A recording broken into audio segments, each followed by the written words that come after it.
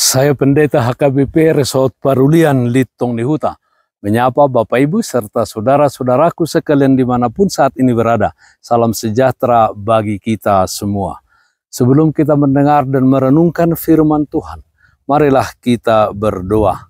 Hati dan pikiran telah kami siapkan untuk disapa firman-Mu. Berfirmanlah ya Tuhan.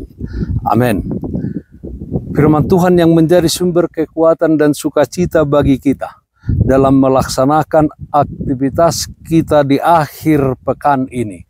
Sabtu 3 Februari 2024 tertulis dalam Injil Matius pasal 7 ayat 25. Demikian firman Tuhan. Kemudian turunlah hujan dan datanglah banjir. Lalu angin melanda rumah itu. Tetapi rumah itu tidak roboh sebab didirikan di atas batu. Firman Tuhan, dasar hidup yang kokoh. Saudaraku yang terkasih dalam Kristus Yesus, dalam membangun sebuah rumah, seorang tukang akan memperhatikan pondasi dari rumah tersebut. Biasanya kekuatan pondasi rumah tersebut disesuaikan dengan kostur tanah di mana rumah itu tersebut dibangun, berapa lantai rumah tersebut direncanakan, dilihat apakah di daerah tersebut sering terjadi gempa bumi dan lain sebagainya. Jika pondasinya baik, kuat dan kokoh, diharapkan bangunan di atasnya juga akan berdiri kuat dan kokoh. Saudaraku yang terkasih dalam Kristus Yesus, dalam Matius pasal 7 ayat 24 sampai 29, Yesus mencantumkan kata-kata penutup dari khotbah di bukit yang disampaikannya. Yesus menggunakan gambaran pembangunan rumah di atas dasar yang rapuh untuk menerangkan bahaya besar akan terjadi jika seseorang membangun kehidupannya di atas pasir, yaitu roboh, dan akan hebat kerusakannya di dalam menghadapi badai kehidupan ini. Sebaliknya Yesus menjelaskan seseorang yang membangun kehidupannya di atas batu, dipastikan seseorang tersebut akan tetap tegak dan berdiri kokoh jika menghadapi badai yang dahsyat dalam hidup ini.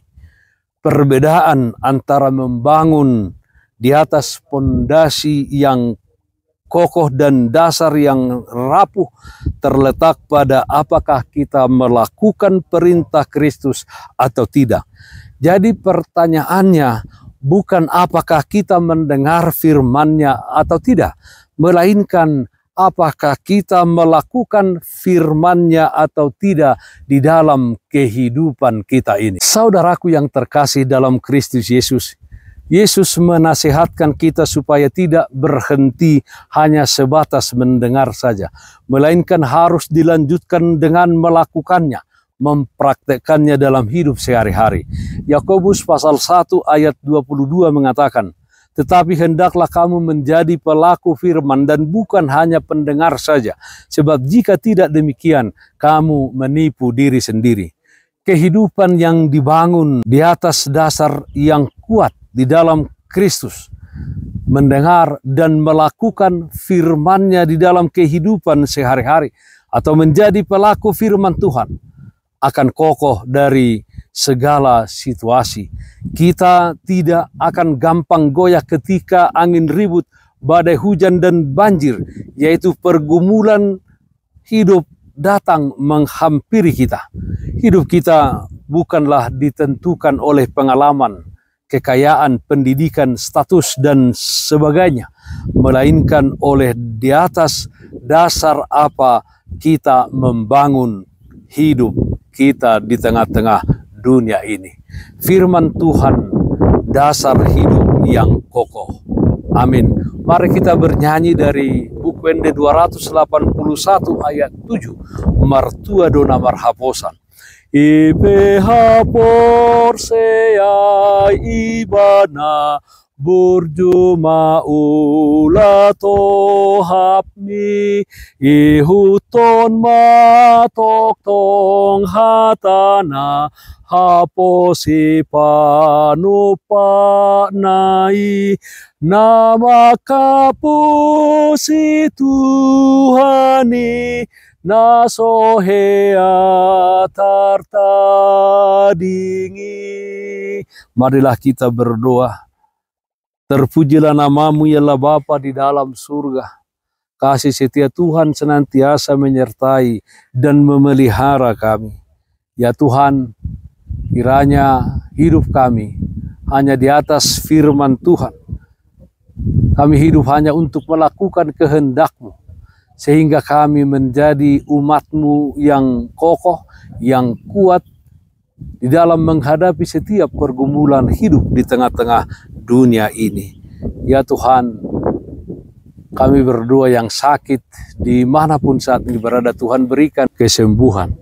Yang berduka Tuhan berikan penghiburan. Dalam satu hari ini, di akhir pekan ini, Tuhan hadir dalam setiap aktivitas kami, menyertai dan memelihara hidup kami. Dalam nama anakmu Tuhan Yesus Kristus kami berdoa, terpujilah namamu. Amin. Kasih karunia Tuhan kita Yesus Kristus, kasih setia dari Allah Bapa, serta persekutuan Roh Kudus, itulah yang menyertaimu hari ini, kekal sampai selama-lamanya. Amin. Bapak Ibu saudara-saudaraku yang terkasih, taatlah akan protokol kesehatan. Jagalah kesehatan jasmanimu, terlebih kesehatan rohanimu. Bersihkan hatimu, cintai dan kasihilah sesamamu. Tetaplah berdoa kepada Tuhan, sumber berkat dan anugerah di dalam kehidupanmu. Salam kasih dari Tuhan Yesus Kristus untuk saudaraku semua. Selamat berakhir pekan. Salam sehat, tetap semangat. Tuhan Yesus memberkati. Shalom.